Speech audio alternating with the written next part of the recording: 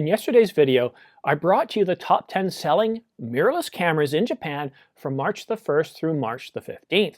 Today, I bring you the top 10 selling lenses for those cameras, mirrorless cameras in Japan from March the 1st through March the 15th, 2022.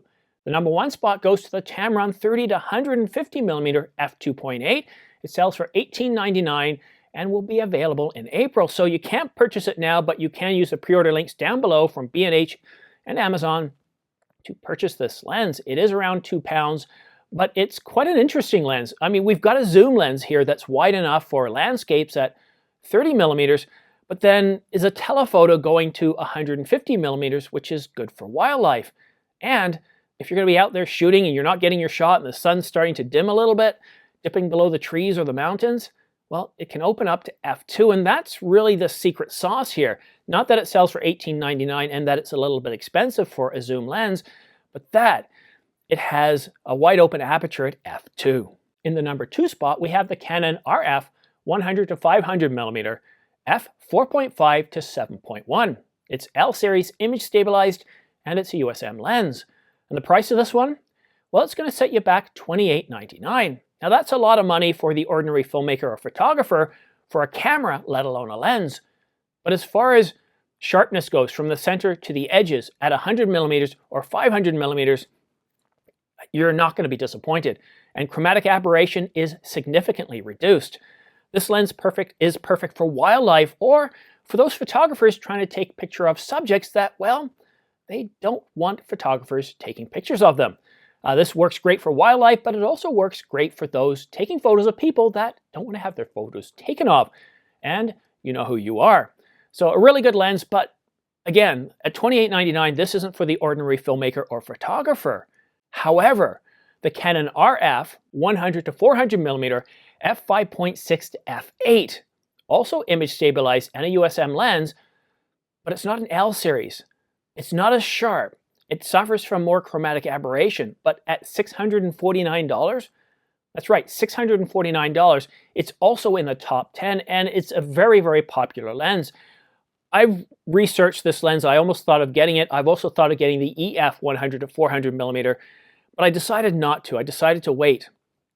But the reviews on the 100 to 400mm, that lens that sells for $649, well, they're pretty good.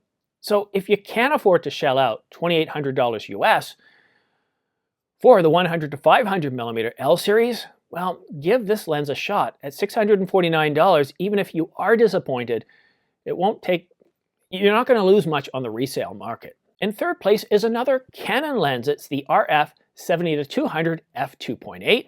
It's an L series, so you know it's not going to be cheap. It costs $27.99. It is image stabilized and it is a USM lens. This is one of those focal lens. This is one of those lenses that is in the top 3 of any wedding or event photographer.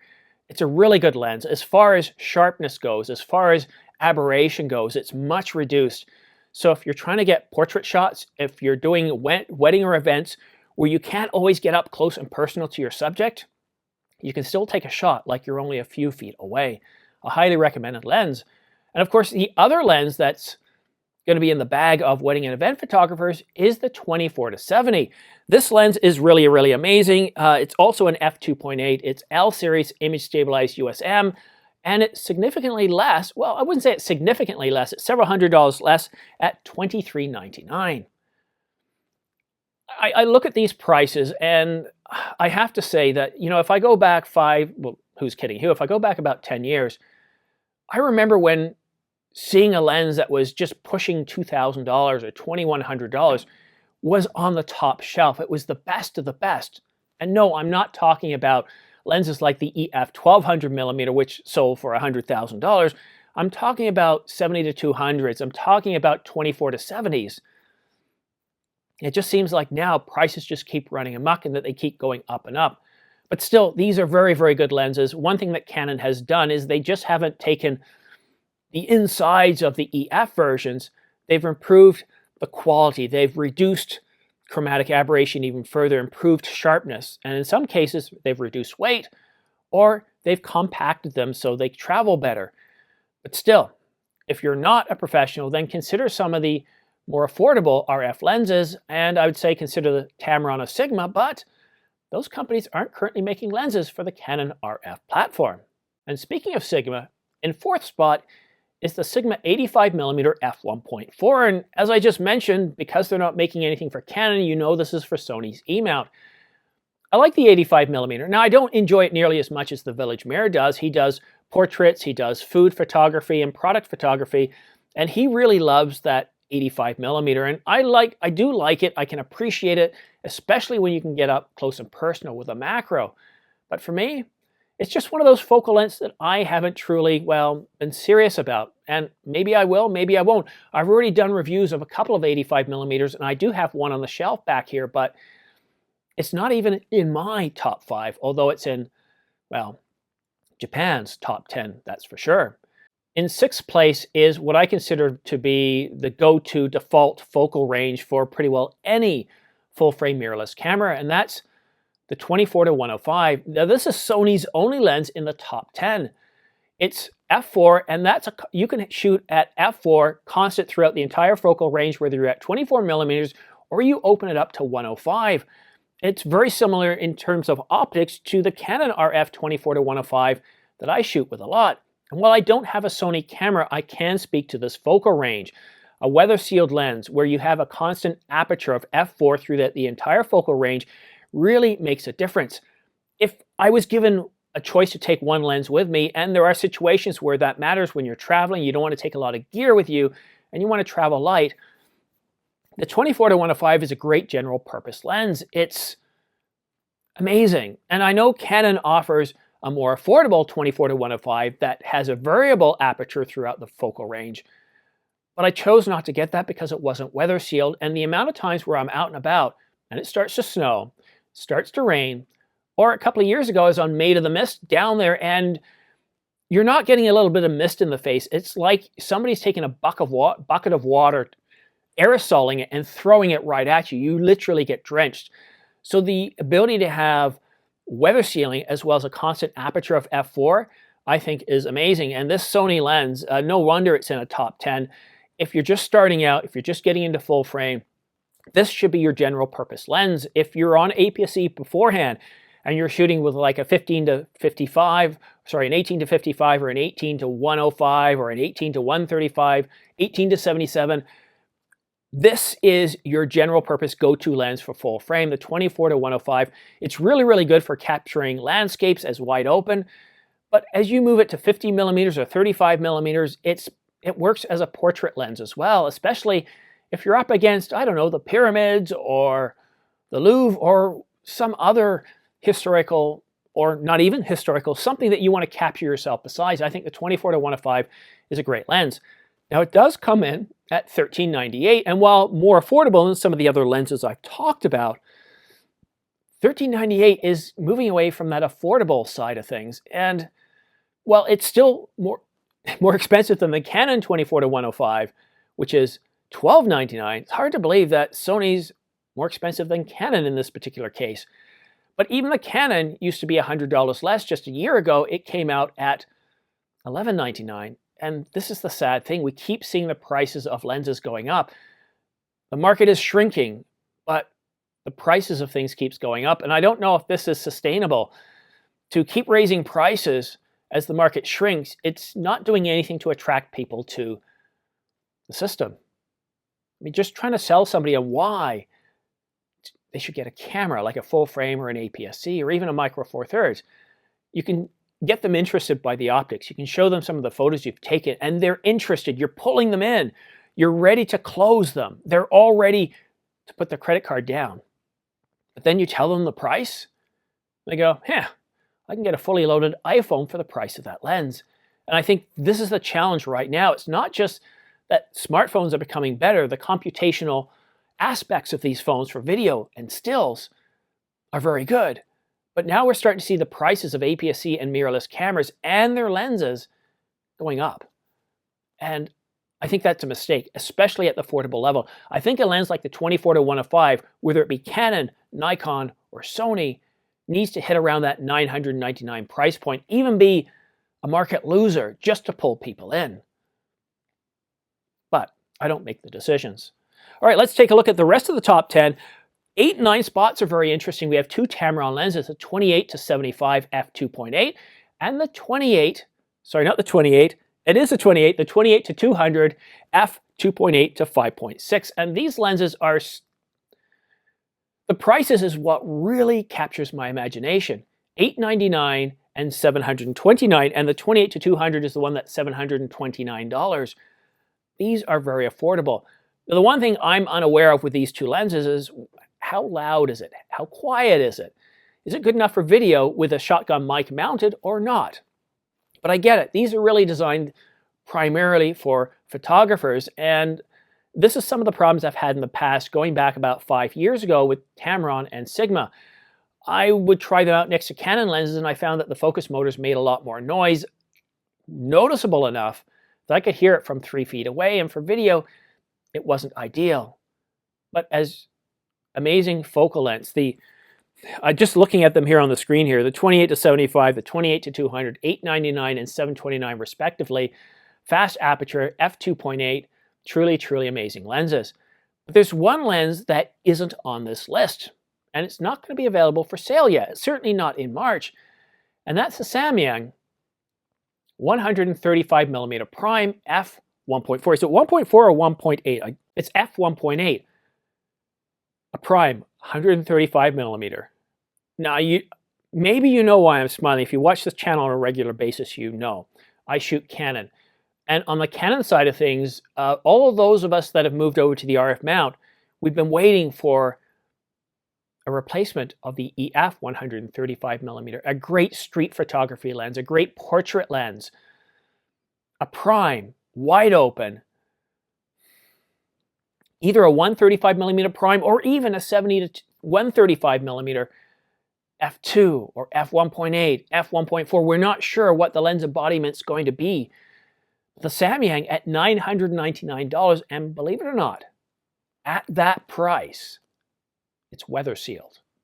$999, 135mm, f1.8. Yeah. Sadly, this is going to the Sony mount. And that's not sad if you own a Sony. Just appreciate, if you do own a Sony, that those of us on the Canon mount keep waiting. Where's Tamron? Where's Sigma? And that's not to say we don't have a lot of third-party RF lenses. We do. And here's one here. TT Artisan. We have Samyang. This is 85mm f1.8. And I can't reach any further back. But there are many lenses out there, and these are right now entry level. These are companies that have just started doing lenses, and they're starting off with the entry level. They think that there's a market for this. And right now on the RF mount, there certainly is. But what has me interested is when Viltrox and Samyang and others start moving up into the professional grade, the L-series type glass, the L-series type specs for less.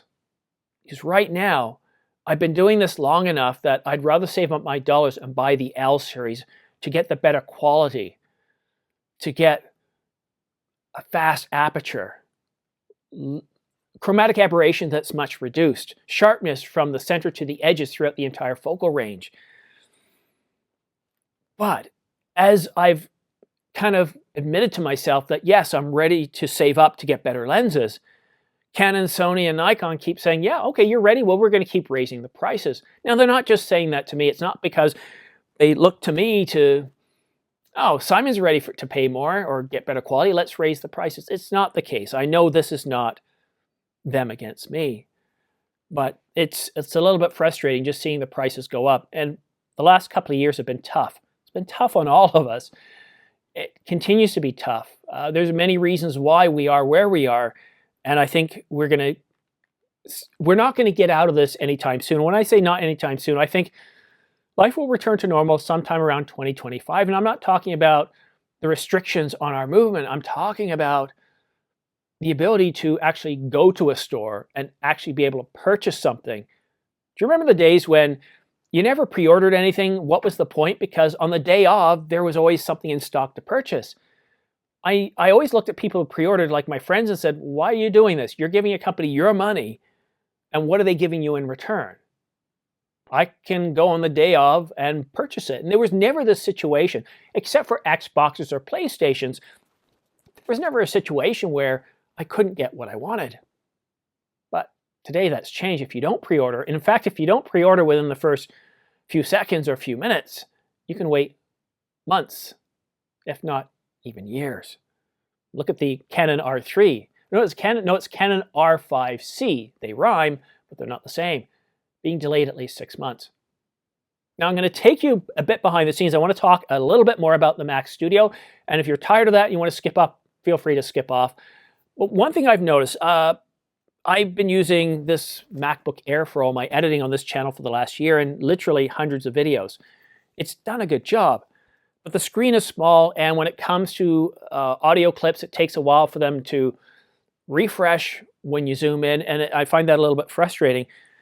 I would say the Mac Studio that I have, the 64 gig, the M1 Ultra, 48-core GPU model with 1 terabyte of SSD, I'd say that, wow, almost everything that I do on here, it is literally twice as fast. Now, sometimes it's even faster than that.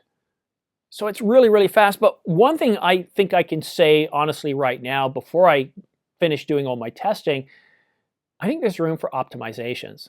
I'm waiting to see a firmware update, not a firmware update, thinking of cameras here. I'm waiting for a Final Cut Pro update, a compressor update, as well as an OS update. When when Apple released the MacBook Air, they immediately released a software update for both the operating system. I think it was for the software and the operating system. And when Apple, not Canon, released the MacBook Pros, again, within a week, they had another update for Final Cut Pro, compressor, and the operating system. But we haven't had an update right now. We haven't had an update to Final Cut Pro since the MacBook Pros came out. I think there's definitely room to squeeze more performance out of this. And if you look at Max Ergies, can't remember his last name, but if you look at Max's channel, he's gone into detail and shown you the performance numbers. And so I want to direct you there while I'm still going through, because I want to provide you the results that I get real world for what you can expect from various different scenarios, from films that are an hour and 42 minutes long. Actually, I'm going to give you a bit of a sneak peek right now. I produced a film last year. It's 1 hour and 42 minutes long. At the end, it's got the credits, which go for about 3 to 4 minutes. And they're very heavily intensive. Whenever I'm renting, it goes by pretty quickly, and then it gets to the end and it just bogs down. I also have another video that I'm working on this year. It's got the same style of credits. It's only 21 minutes long. Now, the 21-minute version took 10 minutes and 5 seconds to export. That 1 hour, 42-minute long video, you ready for this? Quite a bit faster. 33 minutes and change. Let's just say 33 minutes. 33 minutes to export a 1 hour, 42-minute film. I shot it in 8K oversample 4K. All of it is Canon log 422. Some clips, some segments are all in 8K all I, 30 frames per second. Again, Canon log 3 cinema gamut. 33 minutes long.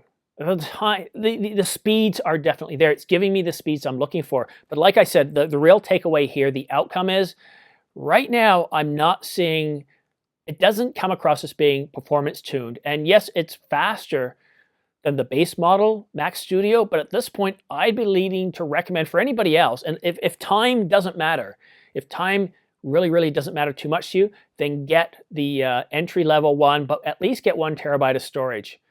But one other thing I noticed too, watching Max's video, I was completely stunned by this. It's easy to open up. Basically, if you turn it over on the bottom, there's this there's this black ring that helps protect your table, so you can slide it and it won't scratch anything. But if you use the iFixit kit, you can get under, you can lift it up, and you can remove 3 or 4 screws, and then you have access to the insides. And one thing we can see is there's at least 2, I believe there's just 2 ports for the SSD. The SSD isn't soldered onto the motherboard. That excites me. That means in about 3 years or so, whenever it is, if I decide, you know what, SSDs are far more affordable now, and I want to put in greater storage, I want to increase it to 4 terabytes or whatever, that's an option. And something else is just flashing in my mind. A couple of months ago, I think it was actually last year, Apple said they're going to make it easier to repair things. And they first came out with phones, providing documentation, other information about how they're going to make things repairable and support you doing that. I wonder if this is born out of that, because they didn't have to provide ports. This is designed so it's very easy to take out an existing SSD and put in other ones. This would be huge. And even if the option is I can take it into a service center and they do it, not me, still, that's a big deal to be able to update the SSDs. If I had known that before I purchased this, I might have gotten even more storage. I'm pretty happy about that. But anyhow, thank you so much for watching. It's Sunday, and I want to get outside and enjoy, even though it's cloudy and rainy. It's a perfect British day, or British Columbia. I want to get out there and enjoy life. If you want to stay on top of all the news as it comes out, go ahead and click subscribe, but also choose all notifications. It's currently, what day is it here? It's the 20th, and we still don't have an announcement by Canon on the R7. You'll recall that Canon rumors a couple of months ago said that in March, we're getting the Canon R7 announcement. Oh, that's itchy. I got to scratch. Itchy, itchy, scratchy, scratchy. So the Canon R7 is supposed to be announced in March, but he did say down below as a caveat, however, if things with delays and everything, it could get pushed. Well, we've got 1/3 of the month left. We've got 10 days left, essentially. It's possible, but here's the thing. If you subscribe and choose all notifications, as soon as there's any mention of a camera like the R7, I'm going to have a video within 4 hours. Excuse me, I'm going to have a video within 4 hours. So subscribe and choose all notifications so that you are presented with the latest information as it comes out. But thank you. Thank you so much for supporting The Ordinary Filmmaker by watching this video, by using the affiliate links down below. But one thing I want to caution you on the affiliate links, if you're purchasing gear outside of your country, check to make sure that the warranty is honored. A lot of times when you buy out of country, the warranty is not supported. And that's a big deal. So I do appreciate getting the 2% commission from you guys using the affiliate links, but the last thing I want is for you to lose your warranty coverage. So always keep that in mind, especially for you Canadians who look to the US and see a cheaper price. Just keep in mind that warranty, and even on tripods, screws can come loose and other problems. Just remember, you're losing your warranty. Or maybe not in all cases. It is on a manufacturer by manufacturer basis. But that's it for now. Thank you so much for watching. We'll see you again soon.